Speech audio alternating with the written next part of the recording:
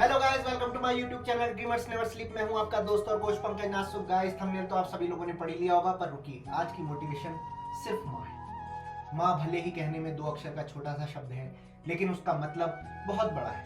भगवान हर जगह नहीं पहुंच सकते, इसलिए उन्होंने माँ को बनाया। बिना माँ के कोई भी शख्स अधूरा है, चाहे वह पुरुष हो या महिला। एक माँ ही है जिसने उसे 9 महीने पेट में रखने के बाद जन्म दिया। दुनिया में बहुत ही कम लोग हैं जो अपनी माँ से प्यार नहीं करते। अगर आप अपनी माँ से प्यार करते हैं तो आपको उन्हें हमेशा किसी ना किसी तरीके से खुश रखना चाहिए। तो चलिए शुरू करते हैं आज की कहानी।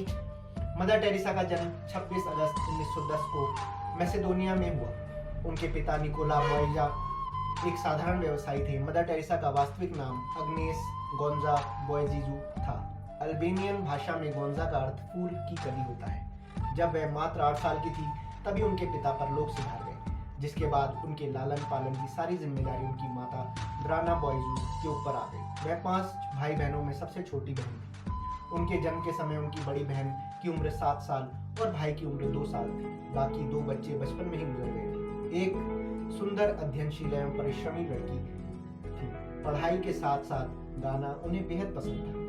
वह और उनकी बहन पास के गिरजाघर में मुख्य गायिका थी। ऐसा माना जाता है कि जब वह मात्र 12 साल की थी तभी उन्हें यह अनुभव हो गया था कि उनको अपना सारा जीवन मानव सेवा में लगाना है, और 18 साल की उम्र में उन्होंने सिस्टर्स ऑफ लोरेंटो में शामिल होने का फैसला ले लिया। 1970 तक वह गरीबों और असहायों के लिए अपने मानवीय कार्यों के लिए प्रसिद्ध हो गई।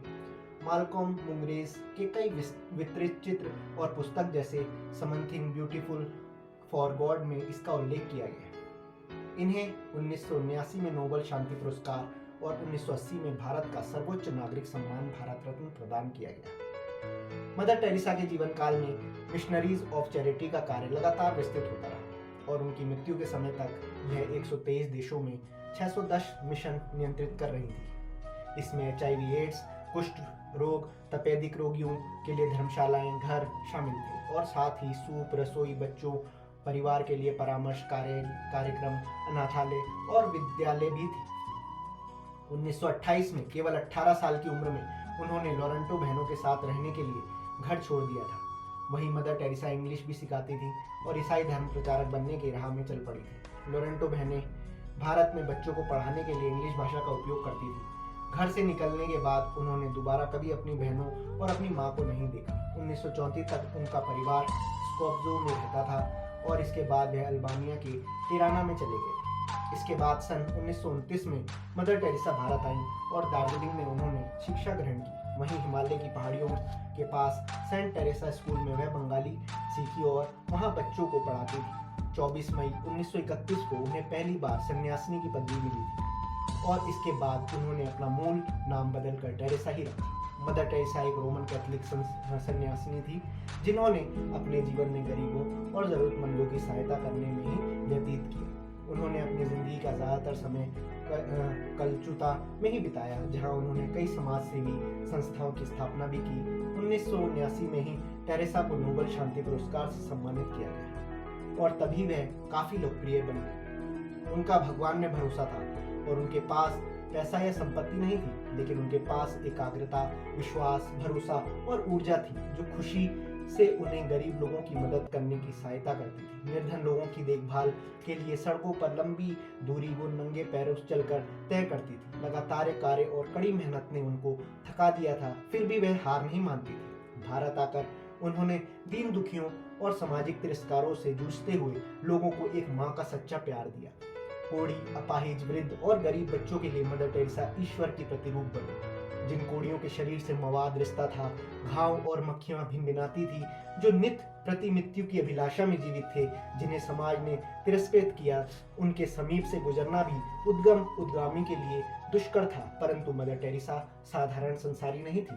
उन्होंने उन कोढ़ियों को न सिर्फ छुआ बल्कि उनकी सेवा भी की, बड़े ही तन्मय भाव से।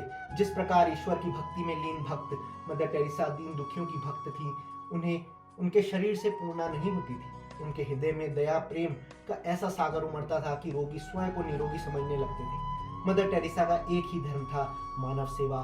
सर्वधर्म समभाव की संभावना को ही दीन हित में समाहित रखती थी। उनके सेवा उद्देश्य वाले जीवन में सैकड़ों बाधाएं उत्पन्न हुई, परंतु उन्होंने डट कर इन बाधाओं का मुकाबला किया।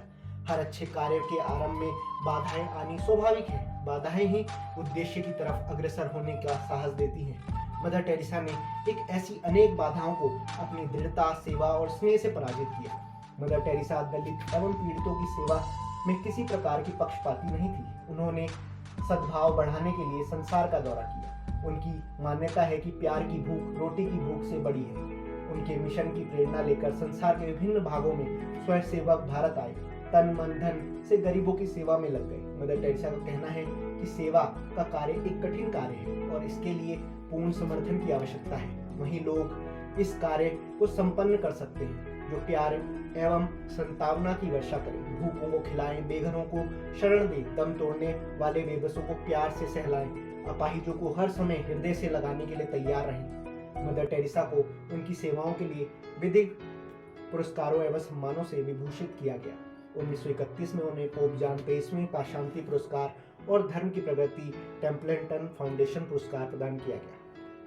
विश्व भारती विश्वविद्यालय ने उन्हें देशोत्तम पदवी की, जो कि उनकी ओर से दी जाने वाली सर्वोच्च पदवी है। अमेरिका के कैथोलिक विश्वविद्यालय ने उन्हें डॉक्टरेट की उपाधि से विभूषित किया। भारत सरकार द्वारा 1962 में उन्हें पद्मश्री की उपाधि मिली। 1988 में ब्रिटेन द्वारा offer of the British Empire की उपाधि प्रदान की गई।